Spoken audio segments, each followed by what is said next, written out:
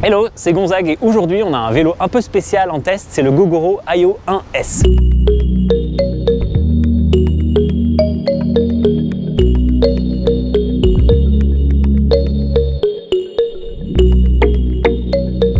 Son prix est élevé mais son poids est bas, vous allez comprendre pourquoi. Il est quasiment entièrement en carbone. On a le cadre qui est en carbone, le guidon qui est en carbone, la fourche qui est en carbone, la tige de selle qui est en carbone et les roues qui sont également en carbone. Donc c'est vraiment, ils sont allés très loin dans cette recherche de la perte du poids, ce qui fait qu'on a un vélo qui pèse 11,9 kg alors que c'est un vélo à assistance électrique. Généralement, vélo à assistance électrique, ça veut dire vélo un petit peu lourd.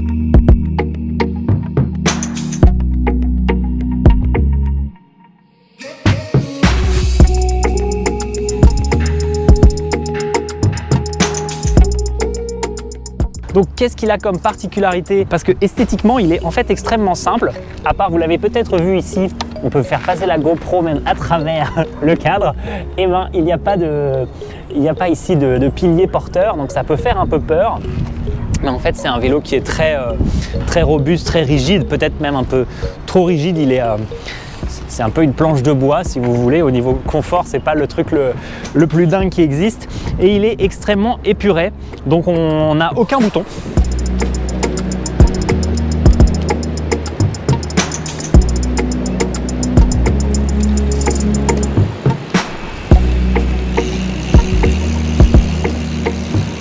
Vraiment, Gogoro n'a pas installé de bouton. Gogoro d'ailleurs c'est une marque taïwanaise qui fait des scooters électriques, donc ils ont été connus pour les Parisiens qui utilisaient ce service en faisant coupe notamment. Et là ils ont mis au profit du vélo leur connaissance en électronique pour faire un module qui est entièrement situé dans la roue arrière.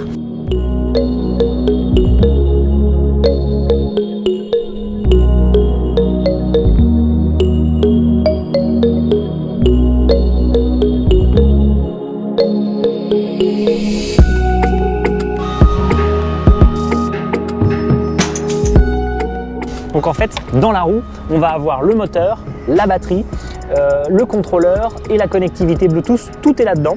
Il n'y a aucun composant électronique dans le reste du vélo. Donc c'est-à-dire qu'il est fourni avec en accessoire cette lumière qui est toute moche, mais elle n'est pas du tout connectée au vélo. C'est vraiment une lumière vraiment basique, quoi. Et on va communiquer avec le vélo en Bluetooth avec son smartphone. Il y a une app et on a une petite diode de statut qui est cachée ici. Donc voilà, c'est assez particulier comme approche. Ça ressemble un peu à un autre vélo que j'ai testé qui s'appelle le Ijitensha, qui est un vélo classique, mais dans lequel a été monté ce système de roues tout en un. La particularité de ça, c'est que ça fait une batterie qui est assez petite. C'est une batterie qui fait 143 Wh, c'est pas beaucoup en termes de capacité, qui de mémoire fait 43 volts et quelques, qui se charge en 2h30 parce que comme il n'y a pas beaucoup de capacité, c'est facile à charger vite. Elle se charge avec un système de chargeur assez marrant comme une pince qu'on vient mettre ici, que je vous montrerai. Et donc voilà, on communique en Bluetooth comme je disais avec le vélo, mais il n'y a pas beaucoup de réglages. C'est un vélo qui est vraiment dans la simplicité à la fois dans sa forme mais aussi dans son fonctionnement. Comme je disais, pas de bouton pour l'allumer, pour l'éteindre, on l'allume avec le smartphone. Il n'y a que deux modes, éco et sport. En éco, vous pouvez envisager de faire jusqu'à 90 km de trajet avec l'assistance. Évidemment, ça dépend de tout, plein de choses. Hein. Les conditions de 90 km, c'est avec un conducteur qui n'est pas trop lourd, pas de vent et sur terrain plat. Si vous faites de la montée en permanence, votre autonomie va s'essouffler. Et en mode sport, où on a plus d'assistance, là, on va faire 60-65 km. Je ferai un reporting écrit sur ces tests d'autonomie parce que j'ai pas eu l'occasion de vider la batterie entièrement sur mes trajets pour l'instant, donc je ferai ça par écrit. Donc je vous invite dans le lien de la vidéo, dans la description, à retrouver un lien vers mon article écrit.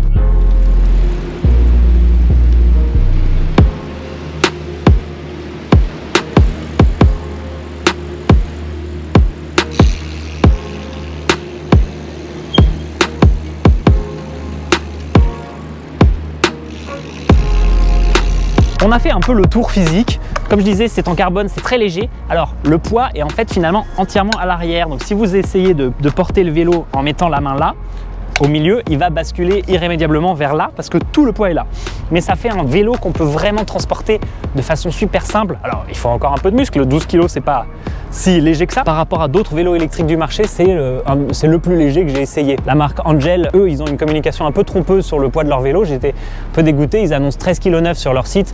En fait, il y a des gens qui ont pesé le vélo et il fait 16,75 kg. Donc on est vraiment sur des marges de poids qui sont pas du tout les mêmes. Les défauts que ça induit chez Gogoro sont multiples. Alors déjà, l'assistance, elle n'est pas extrêmement fluide à mon goût. C'est un peu on-off, c'est-à-dire, ok, le vélo, il vous aide ou il vous aide moins, mais on n'a pas la fluidité d'assistance qu'on a pu retrouver sur le iWish, qu'on peut retrouver sur les moteurs Bosch, etc.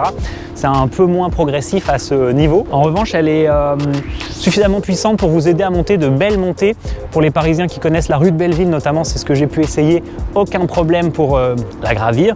Comme c'est un vélo qui a une position de conduite un peu sportive, vous pouvez aussi vous mettre dans la position qu'on appelle la danseuse, c'est-à-dire être debout sur le vélo, donner un peu de jambes et dépasser la vitesse de 25 km/h qui est celle à laquelle vous êtes assisté. La petite limite de ça, c'est que le vélo, passé une certaine vitesse, 30-35 km/h, se met en sécurité et coupe l'assistance du moteur électrique. J'ai pas eu d'explication sur pourquoi il fait ça. De ce que je comprends, ça pourrait être corrigé dans une mise à jour, mais ça c'est assez frustrant, ça vous oblige à redescendre à 12 km/h en gros pour avoir à nouveau l'assistance. Donc ça c'est un peu chiant dans son fonctionnement. Dans les autres choses contraignantes et que j'ai trouvé dommage, il n'intègre aucun éclairage, donc c'est à vous d'aller mettre un éclairage sur le vélo. Ça fait partie du gain de poids de Gogoro sur le poids officiel, mais dès que vous mettez des accessoires, évidemment vous allez faire remonter le poids du vélo. Il n'y a pas de garde-boue ni à l'avant ni à l'arrière et il n'y a pas vraiment de moyen d'en fixer.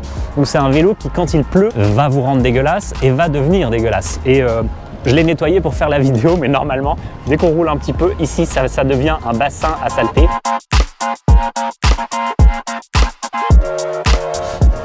Donc c'est un peu un vélo pour les esthètes. On peut l'accrocher dans son salon, mais il faudra l'avoir nettoyé. Et puis surtout, si vous voulez rouler par temps de pluie, couvrez-vous.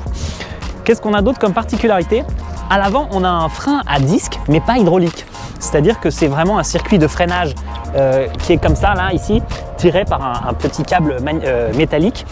C'est beaucoup moins précis que l'hydraulique et moins qualitatif. Ça fonctionne évidemment. Et autre particularité, et là on va très pratique et très facile de lever le vélo, le freinage arrière, ça se fait par des freins à patins, voilà, ce qu'on voit ici. Et bon, bah ça freine évidemment moins fort que des freins à disque. Donc c'est là aussi, je pense, un souci à la fois technique pour pouvoir positionner, parce qu'on avait peut-être du mal chez Gogoro à positionner le disque de frein à l'arrière, et une contrainte de poids. J'ai pas non plus eu l'explication sur ça.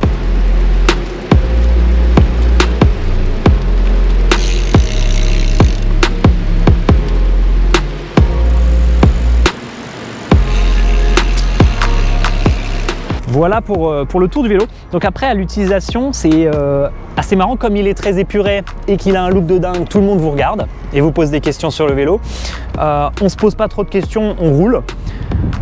Moi, ce qui m'est arrivé comme petit souci et que je liste un peu comme un point faible, c'est que la roue a un principe de verrouillage automatique. Quand on s'en sert pas, elle applique une sorte de frein qui fait que si le vélo est verrouillé, d'ailleurs je vais le verrouiller, là par exemple actuellement je peux faire ça sans problème. Alors déjà ça fait un petit bruit physique quand on la verrouille, et là maintenant il y a une résistance. Alors c'est évidemment assez difficile à illustrer, mais par exemple on n'a pas de, voilà, là vous voyez une roue déverrouillée, il y aurait une roue libre comme on peut le faire à l'avant. Si je fais ça, elle tourne. Là la roue arrière est un peu verrouillée, et parfois il m'est arrivé de ne pas pouvoir la déverrouiller. On va la déverrouiller comme ça.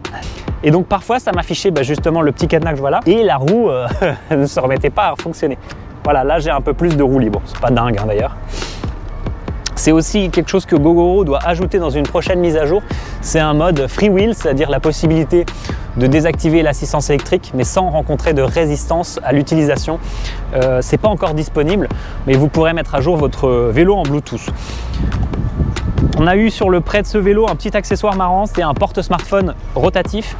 Alors ça c'est à la fois bien et pas bien, parce que en fait quand vous avez envie de tenir votre vélo comme ça, parfois le truc tourne à la place du guidon. Donc bon, semi bonne idée. Pour ceux qui suivent mes vidéos, moi je préfère les supports de la marque Quadlock, qui ont l'avantage d'être un peu plus stables et utilisables.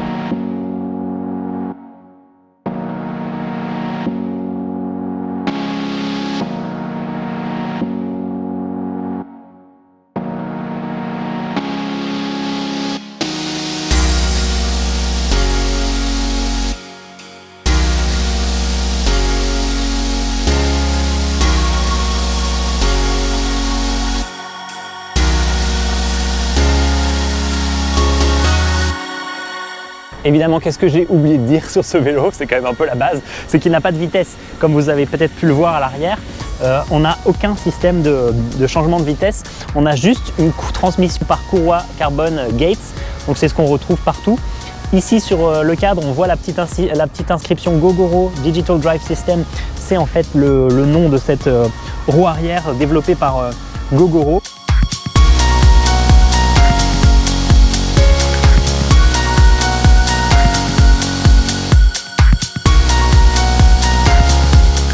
Et donc comme je disais, très agréable à l'utilisation malgré les petits bugs et le système de bridage de l'assistance qui s'arrête entièrement quand on roule. Il fait aussi un sifflement quand on s'en sert. Alors ça c'est assez étrange, on n'a pas trop d'explications sur la raison de ce sifflement. Et quoi dire? Évidemment c'est un vélo qui coûte 4 700 €, donc c'est quand même une somme conséquente. Ça va énerver certains d'entre vous, je sais, dans les commentaires qui diront « Oh, il n'y a pas de garde-boue, il n'y a pas de phare, il n'y a pas d'accessoires, il n'y a pas de béquilles. » Ouais, c'est le parti pris de Gogoro. Évidemment, dernier autre souci lié à ce choix de roue qui intègre tout, en fait il y en a deux. On ne peut pas enlever la batterie pour la charger. Cela dit, à mon avis, vous ne laisserez jamais ce vélo dans la rue sauf avoir 4 700 € à vous faire voler parce qu'il attire l'œil. Si quelqu'un vous abîme le cadre en carbone, ce sera irréparable ou très difficile à réparer. Ça veut aussi dire, quand on a le moteur dans la roue, que si vous avez un problème avec cette roue, il va falloir une expertise assez particulière pour la faire réparer. Vous ne pouvez pas juste changer la roue vous-même. Voilà, j'espère que cette vidéo sur ce Gogoro AYO One S vous a plu. Pour information, Gogoro va sortir des vélos moins chers dans l'année et aussi dans l'année 2021, donc on devrait avoir des modèles plus abordables mais qui vont quand même bénéficier de cette technologie. Sur ma chaîne, vous trouverez aussi des vidéos sur d'autres vélos, donc n'hésitez pas à les regarder. Si la vidéo vous a plu, un petit like, vous abonner ou un petit commentaire, ça fait pas de mal. Je profite aussi pour remercier Julien qui m'a aidé pour faire le tournage de cette vidéo. Julien qui est masqué et testé contre le Covid. Bon, évidemment, comme vous l'avez vu, on n'a pas mis en danger grand monde. Il n'y a personne dans les rues de Paris. Prenez soin de vous, merci beaucoup et à plus.